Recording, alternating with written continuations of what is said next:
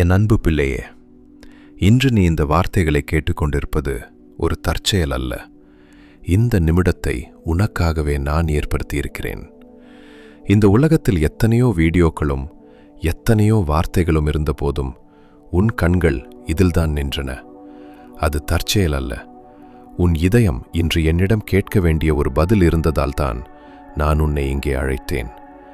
இன்று நீ அவசரப்படாதே. இன்னும் கொஞ்ச நேரம் என் அருகிலிரு. நீ எவ்வளவு நாட்களாக எல்லோருக்கும் நேரம் கொடுத்தாய். இன்று சில நிமிடங்கள் மட்டும் எனக்கு கொடு. நான் உன் இதயத்தை கேட்க விரும்புகிறேன் பிள்ளையே. நீ பேச வேண்டும் என்பதற்காக நான் காத்திருக்கவில்லை. உன் இதயம் அமைதியாக என்னை நோக்கி திரும்ப வேண்டும் என்பதற்காகத்தான் காத்திருக்கிறேன். உன் கண்ணீருக்கு விளக்கம் சொல்ல வேண்டிய அவசியமில்லை. உன் பெருமூச்சுக்கு காரணம் சொல்ல வேண்டிய அவசியமில்லை.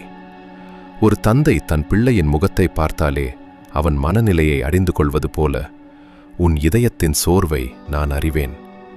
அதனால்தான் இன்று உன்னை அவசரப்படுத்தவில்லை. இந்த சில நிமிடங்கள் வேறு எதையும் யோசிக்காமல் என் அருகில் மட்டும் இரு. இப்போது உன் இதயத்தில் என்ன ஓடிக்கொண்டிருக்கிறது என்று எனக்கு தெரியும். வெளியில் நீ அமைதியாக இருப்பது போல தெரிந்தாலும் உள்ளுக்குள் எத்தனையோ கேள்விகள் உன்னை சோர்வடையச் செய்கின்றன. யாரிடமும் சொல்ல முடியாத அந்த இரகசிய கண்ணீரையும் நீ விழுங்கிய மௌனங்களையும் நான் பார்க்கிறேன். நான் உன்னை சரி செய்ய அவசரப்படவில்லை. முதலில் உன்னை புரிந்து கொள்ள வந்திருக்கிறேன். எத்தனை இரவுகள் கூரையை பார்த்தபடி விழித்திருந்தாய். தூக்கம் வராமல் மனதிற்குள் 1000 எண்ணங்களை ஓடவிட்டாய். அந்த அமைதியான இரவு நேரங்களில் யாருக்கும் தெரியாமல் தலையணையை நனைத்து அழுத அந்த வேதனைகள் எனக்கு தெரியும். காலையில் எழுந்ததும் மீண்டும் அதே பாரத்தோடு சோர்வான முகத்தோடு அன்றைய நாளை தொடங்கினாயே. அந்த அலுப்பு எனக்கு புரியும். ஒருவேளை நீ பேச முயற்சி செய்திருக்கலாம். ஆனால் உன்னை யாரும் முழுமையாக புரிந்து கொள்ளவில்லை என்று நீ உணர்ந்திருக்கலாம். அதனால் நீ அமைதியாகிவிட்டாய். அந்த அமைதி உனக்கு பலமாக தோன்றியிருக்கலாம். ஆனால் அந்த அமைதிக்குள் எவ்வளவு வலி இருக்கிறது என்பதை உன் அப்பா நான் அறிவேன். பிள்ளையே, சில நேரங்களில் உனக்கே உன்னை புரிந்து கொள்ள முடியாமல் போயிருக்கிறது. நான் ஏன் இவ்வளவு சோர்ந்து போயிருக்கிறேன் என்று உனக்குள்ளேயே நீ கேட்டிருக்கிறாய். உடலால் பெரிய வேலை செய்யவில்லை. ஆனாலும் மனம் மட்டும் ஏன் இவ்வளவு களைத்து போயிருக்கிறது என்று யோசித்திருக்கிறாய். காரணம், உன் உடல் சுமந்த பாரத்தை விட உன் இதயம் சுமந்த பாரம் அதிகம். ஒவ்வொரு நாளும் யாருக்காவது ஒரு நல்ல வார்த்தை சொன்னாய். யாரையாவது உற்சாகப்படுத்தினாய்.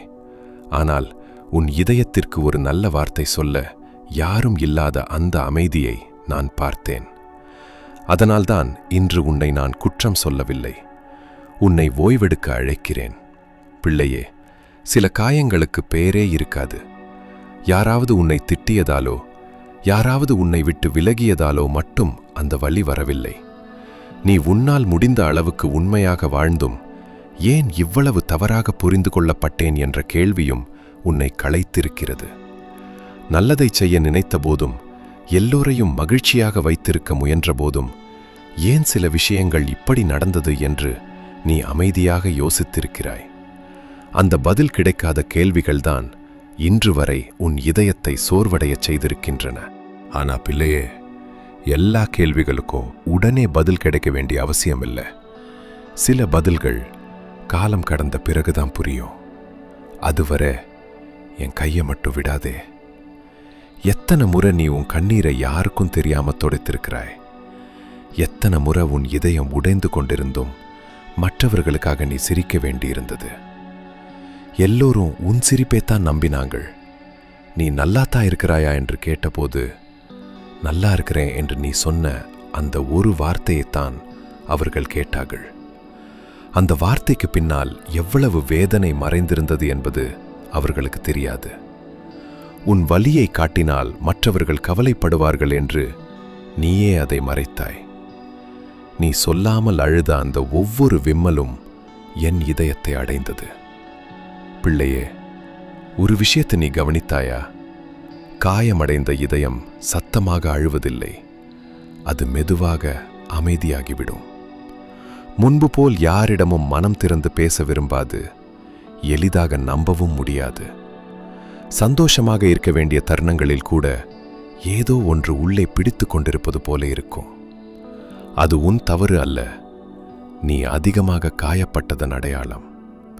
அதனால்தான் இன்று உன்னை நான் அவசரமாக மாற்ற முயற்சிக்கவில்லை. முதலில் உன் இதயம் மீண்டும் சுவாசிக்க கற்றுக்கொள்ள வேண்டும். நீ கவனித்தாயா பிள்ளையே? உன் வாழ்க்கையில் எல்லாமே ஓடிக்கொண்டிருக்கிறது. நாட்கள் ஓடுகின்றன, பொறுப்புகள் ஓடுகின்றன, மனிதர்கள் ஓடிக்கொண்டிருக்கிறார்கள். ஆனால் உன் இதயம் மட்டும் எங்கோ நின்றுவிட்டது.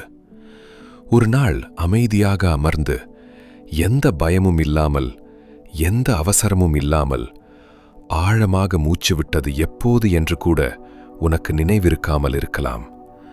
அதனால்தான் இன்று நான் உன்னை வேகமாக நடக்கச் சொல்லவில்லை.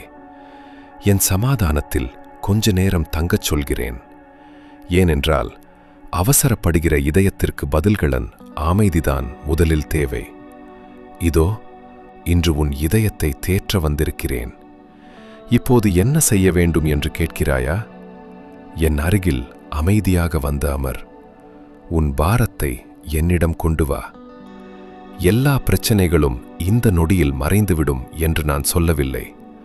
ஆனால் அந்த பாரத்தை நீ தனியாக சுமக்க வேண்டிய அவசியமில்லை என்று நான் சொல்கிறேன். நீ விசுவாசத்தோடு என்னோடு நட. விசுவாசம் என்றால் பயம் இல்லாமல் இருப்பது அல்ல. பயம் இருந்தாலும் என் கையை விடாமல் பிடித்துக் கொள்வது. எல்லா பதில்களும் கிடைத்த பிறகு என்னை நம்புவது அல்ல. பதில் தெரியாத நேரத்திலும் என் அப்பா என்னை வழிநடத்துவார் என்று நடப்பது. ஒவ்வொரு அடியிலும் நான் உன்னோடு இருக்கிறேன். நீ எல்லாவற்றையும் எனக்கு சொல்லித்தான் நான் அறிய வேண்டும் என்பதில்லை. ஆனாலும் நீ என்னிடம் பேசும்போதுதான் என் அன்பின் ஆழத்தை நீ உணர்வாய். பிள்ளையே, சில நேரங்களில் நீ என்னிடம் ஜெபித்ததே இல்லை என்று கூட நினைத்திருக்கலாம். நான் இவ்வளவு நாள் கூப்பிட்டோம், ஏன் அமைதியாக இருக்கிறீர் என்று உன் மனம் கேட்டிருக்கலாம். அந்த கேள்விக்காக நான் உன்னை குற்றம் சொல்லவில்லை. ஏனென்றால் காத்திருக்கும் இதயம் சில நேரங்களில் இப்படித்தான் கேட்கும். ஆனால் நினைத்துக்கொள், என் அமைதி என்பது நான் இல்லாததற்கான அடையாளம் அல்ல. சில நேரங்களில் நீ இன்னும் புரிந்து கொள்ள முடியாத வழிகளில் நான் வேலை செய்து கொண்டிருக்கிறேன். விதை மண்ணுக்குள் இருக்கும்போது வெளியே ஒன்றும் நடக்காதது போல தெரியும். ஆனால் உள்ளே வாழ்க்கை உருவாகிக் கொண்டே இருக்கும். அதுபோலத்தான் நீ பார்க்காத இடங்களில் உன் வாழ்க்கையிலும் நான் வேலை செய்து கொண்டிருக்கிறேன். நான் உன்னை ஒருபோதும் மறக்கவில்லை. உன் வாழ்க்கையில் நடந்த சிறிய விஷயங்களை கூட நான் மறந்துவிடவில்லை. நீ யாரிடமும் சொல்லாம அமைதியாக செய்த நன்மைகளையும் நான் பார்த்தேன். மற்றவர்கள் பார்க்காத உன் நேர்மையையும் நான் பார்த்தேன். அதனால்தான் இன்று உன் வாழ்க்கையை நான் ஒரு தோல்வியாக பார்க்கவில்லை, இன்னும் முடிவடையாத ஒரு பயணமாகத்தான் பார்க்கிறேன். இன்று நீ இருக்கும் இடம் உன் கதையின் முடிவு அல்ல. நீ இன்று பார்க்கிறதெல்லாம் கதையின் ஒரு பகுதி மட்டுமே. ஆனா முழு கதையையும் பார்க்கிறவன் நான். நீ ஒரு பக்கத்தை பார்த்து கதையை முடிவு செய்கிறாய். ஆனா நான் ஆரம்பத்தையும் முடிவையும் பார்க்கிறேன். இன்று உன்னை குழப்புகிற சில நிகழ்வுகள் நாளை உனக்கு ஞானமாக மாறலாம். இன்று உன்னை அழவைக்கும் சில அனுபவங்கள் ஒரு நாள் இன்னொருவருக்கு ஆறுதல் சொல்ல உன்னை ஆயத்தப்படுத்தலாம். அதனால் இன்று புரியவில்லை என்பதற்காக எல்லாம் வீணாகிவிட்டது என்று முடிவு செய்து விடாதே. நான் இன்னும் உன் வாழ்க்கையின் கதையை எழுதி கொண்டிருக்கிறேன். பிள்ளையே, இன்னும் ஒரு விஷயத்தை உன் இதயம் நினைவில் வைத்துக் கொள்ள வேண்டும். இன்று நீ பார்க்கும் தாமதம் என் மறுப்பு அல்ல. சில ஆசீர்வாதங்கள் நேரம் வந்தால்தான் உன் கைகளில் பாதுகாப்பாக இருக்கும். அதனால்தான் நான் அவற்றை சரியான நேரம் வரை காத்து வைத்திருக்கிறேன். இன்று உனக்கு மூடிய கதவாக தெரிகிற சில விஷயங்கள் நாளை திரும்பி பார்க்கும்போது அந்த நேரத்தில் அது திறக்காததே நல்லது என்று நீயே சொல்லப் போகிறாய். நான் உன்னை வெறும் இலக்கிற்கு அழைத்துச் செல்லவில்லை, அந்த இலக்கை தாங்கக்கூடிய மனிதனாகவும் உன்னை உருவாக்கி கொண்டிருக்கிறேன். அதனால்தான் இந்த காத்திருப்பு வீணல்ல, இந்த பயணமும் வீணல்ல. பிள்ளையே, நீ ஒரு நெசவு துணியின் பின்பக்கத்தை பார்த்ததுண்டா? எல்லா நூல்களும் சிக்கிக் கொண்டது போல தெரியும். எந்த வடிவமும் தெரியாது.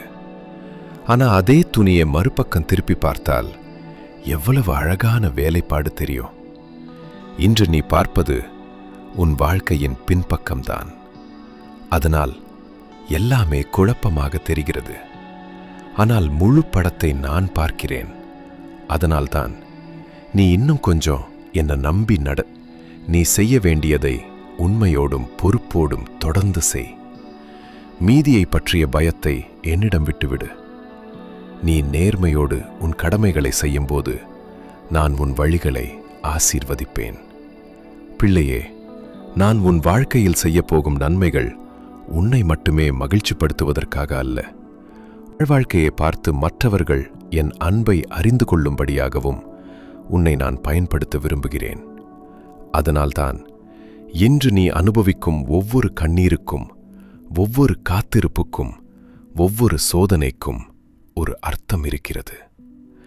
எந்த வேதனையும் வீணாகவில்லை, எந்த ஜெபமும் மறக்கப்படவில்லை, எந்த விசுவாசமும் பலனில்லாமல் போகாது. பிள்ளையே, இன்று உன்னால் செய்ய முடிந்த சிறிய நன்மையை கூட அலட்சியப்படுத்தாதே. உன் கைகளில் நான் வைத்திருக்கும் பொறுப்புகளை உண்மையோடும் அன்போடும் விசுவாசத்தோடும் தொடர்ந்து செய். சிறியதாகத் தோன்றும் அந்த கீழ்ப்படிதலில்தான் பெரிய ஆசீர்வாதங்களின் விதைகள் மறைந்திருக்கின்றன. இன்று நீ அனுபவிக்கும் இந்த கண்ணீர் ஒரு நாள் இன்னொருவரின் கண்ணீரை துடைக்க உனக்கு கருணையை கற்றுத்தரும். இன்று நீ கற்றுக்கொள்ளும் இந்த பொறுமை நாளை இன்னொருவருக்கு நம்பிக்கை சொல்லும் சாட்சியாக மாறும். அதனால் உன் வாழ்க்கையில் நடந்த எந்த வேதனையும் வீணாகாது. என் கைகளில் ஒப்படைக்கப்படும் ஒவ்வொரு கண்ணீருக்கும் நான் ஒரு நோக்கத்தை வைத்திருக்கிறேன். ஆசீர்வாதம் என்பது நீ எதுவும் செய்யாமல் காத்திருப்பது அல்ல, நான் உனக்கு கொடுத்த பொறுப்புகளை விசுவாசத்தோடு செய்வது, நான் திறக்கும் கதவுகளை தைரியமாக கடந்து செல்வது, உன்னால் முடிந்த நன்மையை செய்வது, உன்னிடம் இருப்பதில் நன்றியோடு வாழ்வது. இவைகளில் நீ நடக்கும்போது என் கிருபை உன் முயற்சியோடு சேர்ந்து செயல்படும். அதனால்தான் நம்பிக்கையை மட்டும் இழந்து விடாதே. இப்போது உன் இதயம் கொஞ்சம் லேசாகி இருக்கிறது. உன் கடந்த காலத்தின் மீது நீ சுமத்தும் குற்றச்சாட்டுகளை நிறுத்திவிடு. உன் கடந்த காலத்தை நீ எவ்வளவு நாட்களாக சுமந்து கொண்டிருக்கிறாய். அது மற்றவர்கள் கொடுத்த காயம் மட்டுமல்ல, உன்னை நீயே குற்றம் சொல்லிக் கொண்ட பாரம். உன்னை நீயே மன்னிக்க மறுக்கும்போது, உன் அப்பா நான் உன்னை முழுமையாக மன்னித்து விட்டேன், உன்னை நீயே தண்டித்துக் கொள்வதை நிறுத்து. இன்னொரு விஷயத்தையும் நான் உன்னிடம் சொல்ல விரும்புகிறேன் பிள்ளையே. உன்னை மற்றவர்களோடு ஒப்பிட்டு பார்த்து உன் மதிப்பை குறைத்து கொள்ளாதே. ஒருவருடைய பாதையை இன்னொருவருக்காக நான் எழுதவில்லை. உனக்கான பாதை, உனக்கான நேரம், உனக்கான அழைப்பு வேறுபட்டது. அதனால்தான் மற்றவர்களின் வேகத்தை பார்த்து உன் வாழ்க்கையை அளக்காதே. நான் உன்னை நடத்தும் வேகம் உன்னை உருவாக்குவதற்கான வேகம். அதை நம்பு. தவறுகளிலிருந்து கற்றுக்கொள். மீண்டும் புதியதாய் நட. உன் காயங்களை என்னிடம் தந்துவிடு. உன்னை காயப்படுத்தியவர்களை நினைத்து இனி வருந்தாதே. உன் எதிர்காலத்தை எழுதப்போவது மனிதர்களின் தீர்ப்பு அல்ல, என் கிருபை. நீ உன்னை நேசிக்க ஆரம்பி. நான் உன்னை எப்படி பார்க்கிறேனோ அப்படியே உன்னை ஏற்றுக்கொள். இன்று நீ உன்னை பார்க்கும் பார்வையை மாற்ற ஆரம்பி.